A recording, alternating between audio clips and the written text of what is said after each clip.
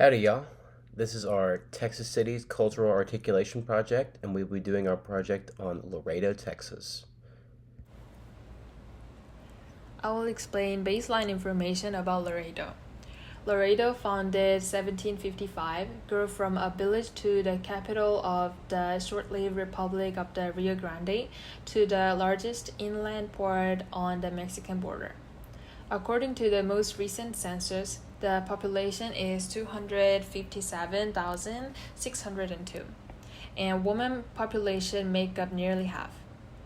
95.12% are Hispanic or Latino, making it the city with the highest Hispanic or Latino population of any city in the United States except Puerto Rico. And white accounts for 3.6%, blacks or African Americans 0.3%, and Asians was 0.51%. And language other than English spoken at home was 88.1%, which is a person over age 5. And circuit of culture, I will explain about the production of Laredo. Laredo's economy revolves around commercial and industrial warehousing, import, and export. And these 4 international bridges, which are located around here, they are representative bridges connecting Laredo and Mexico and contribute greatly to Laredo's economy and production. According to U.S. Census by World City, the port of Laredo is the number 1 port in the United States among more than 450 airports, seaports, and border crossings, with total global trade reaching around 339 billion in 2024. Laredo's international trade volume is highest with Mexico, followed by China, Japan, France, and the most traded export and import are both auto parts. Next is San Bernardo Avenue. San Bernardo Avenue is a shopping street that is over 40 blocks long and is lined with Mexican importers. They sell unique products made with Mexican artisans who have inherited the local art style. The city marketed itself as a gateway to Mexico, and San Bernardo Avenue soon provided the most accessible route. As the road grew in importance, it was lined with the tourist-oriented motels, restaurants, and other businesses for tourists, often featuring Western and pretty Spanish architecture theme and design details. So this exaggerated tourist-oriented design reflected the perception of tourists who expected Laredo to be Mexican and was consequently different from the city's modern building styles. The last one is Mall del Norte. When considering Laredo's potential, we must consider that 261,000 people who live here, and as well as the approximately 6 million people who come from surrounding areas.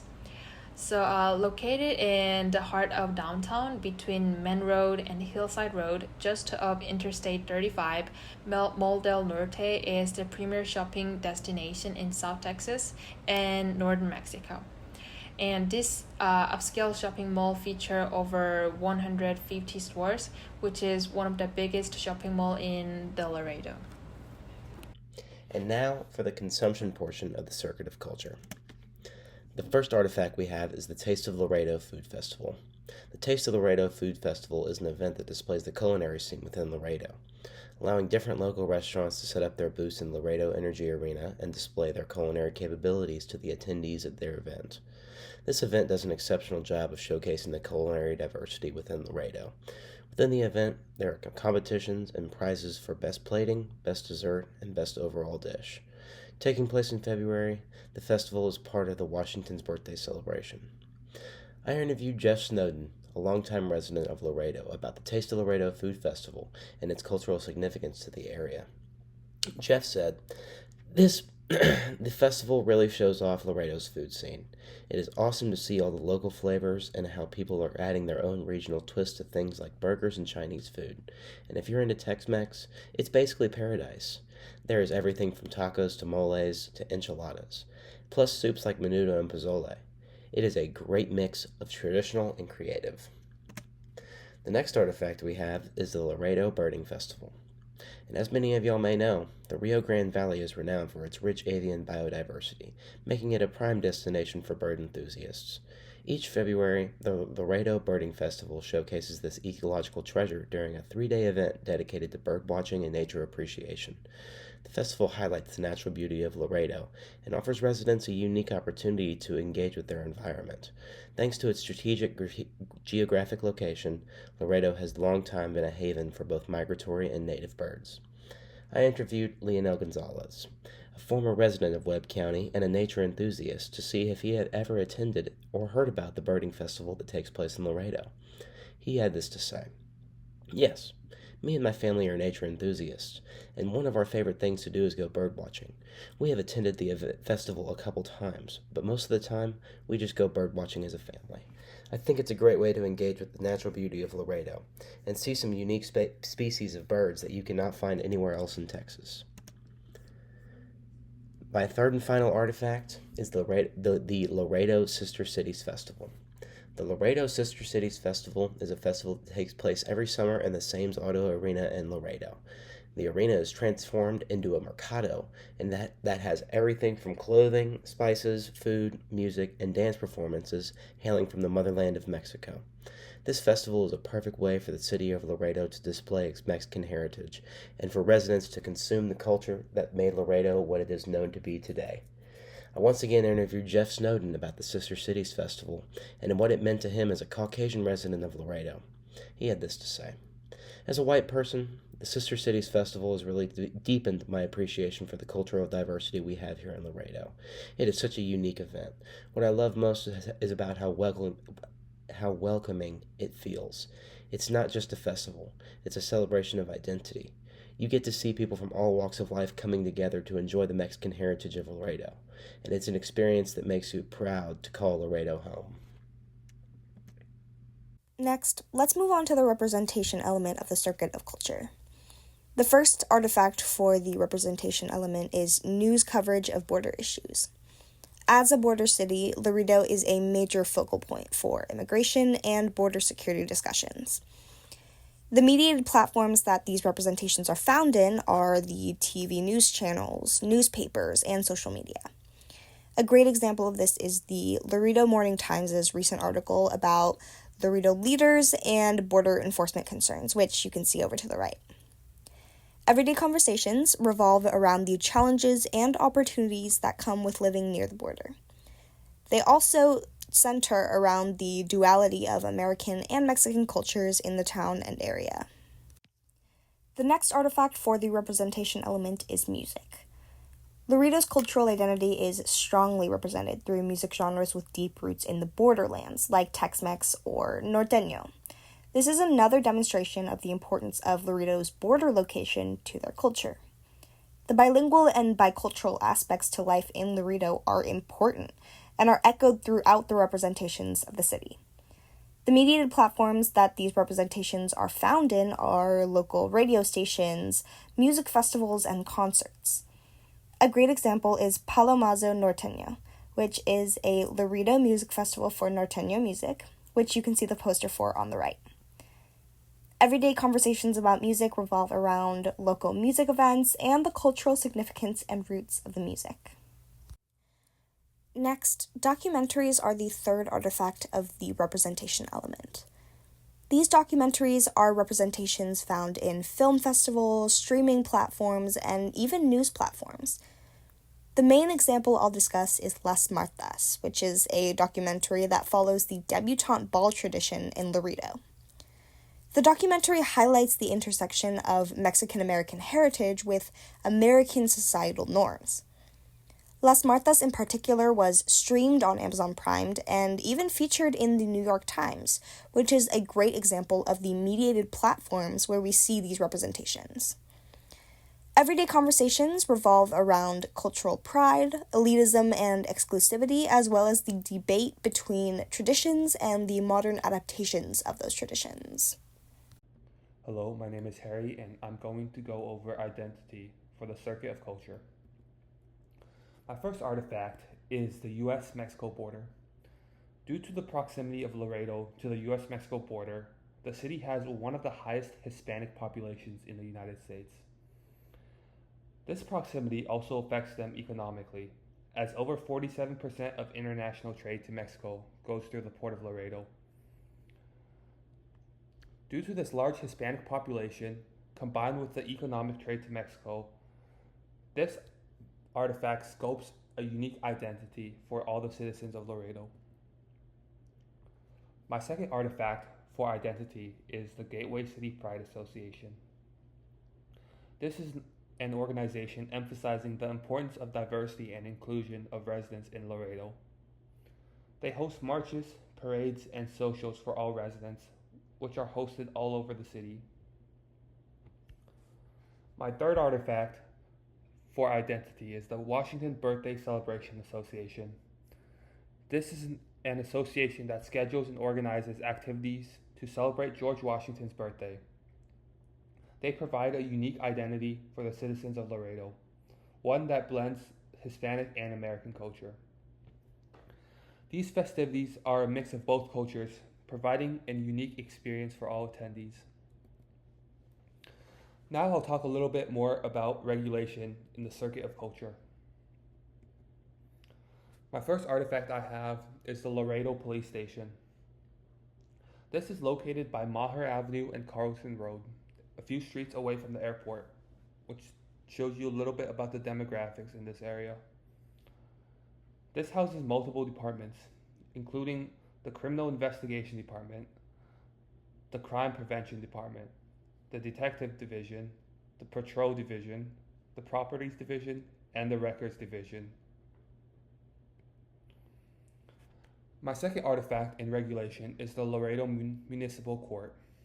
According to their website, they are to provide a forum for a fair and impartial trial and disposition of all city ordinance and state law Class C misdemeanor violations, and do so expeditiously as possible without adversely affecting the quality of justice. This is located right by the police station, and if you can't attend the court, they will provide you a virtual court. They have online service payments and a drop box, making it available to all citizens regardless of income level. My third artifact for regulation is the Webb County Jail. This is located right by the City Hall and the District Court. And this was built in 1986, but the Laredo population has tripled since. This jail was approximately 82% full in 2017, and it's probably very close to being full right now. However, voters rejected the $125 million proposal for a new jail facility in Laredo. That just shows you a little bit about the priorities of the citizens of Laredo. So, now we will be analyzing the urban pop culture of Laredo, Texas. To kick things off, our first artifact is the song Laredo by Leon Bridges. This song depicts Fort Worth native Leon Bridges searching for inspiration and how he finds it in the border town of Laredo and through a local woman who becomes his creative muse. The lyrics, I was running out of time, inspiration hard to find, across the Rio Grande. Take me to your city lights, out by the riverside, I know you understand. Bridges is depicting being lost as a creative person, as an artist, and how a change of scenery can ignite a positive change within your creativity, and how the city's people and also the city can do such a thing. Our next artifact is the documentary called Rhapsody on the Rio Grande. This 2017 documentary, Rhapsody on the Rio Grande, highlights the rich culture of the cities that border the Rio Grande and how the Mexican culture has influenced these border towns, in specific, the city of Laredo. The documentary highlights the mother country's influence on traditional dance performances, composed music, and societal norms. The documentary does an exceptional job of highlighting these elements of culture so people can gain a better understanding of how Mexican culture has molded the culture of Laredo. It's very much like the river. It is a powerful boundary sometimes, and other times it is just conduit for travel. It is a conduit for expression. And language here, sometimes people, they kind of understand those linguistic rules. That there's a time to speak formal English, there's a time to speak formal Spanish. And then when you're with friends and other people, you can see people just break out into this hybrid language, and in a way that there's just no grammatical rules for, but people understand what you're saying. And sometimes it's a beautiful mix. It captures that whole notion that the culture really doesn't have a wall to it, a boundary to it. It's really just kind of meshes in together. And Laredo's had that history because we're just so close to each other. Everyone assumes that it's a small Texas town from like a Western movie, and it couldn't be further from the truth. All these cultures colliding. Mexico is a lot of very regional cultures and languages and recipes and music. It's not just one thing. It's just like distilling the United States still like one thing. And we have a lot of European traditions, Mexican traditions, American, Texan, and then the new culture, which is Tex-Mex, and that thing gets subdivided also. So it's fun to talk about that to people that aren't familiar with Laredo or have an idea. And then our border was very different from other borders along the valley, where I remember even driving down to McAllen when I was younger and realizing how separate they were from the Mexican side of the border. It was actually quite American on one side, while we were still one very fluid border, a very arbitrary border that tried to divide it. It failed miserably. It was one city divided by a bridge, and the bridge was just like walking down the street, and half, more than, I have to say, 99% of my family was on the Mexican side. My grandparents, all my cousins, my uncles. Laredo looks like streets filled with warm Texas sun and big buildings with Hispanic influence.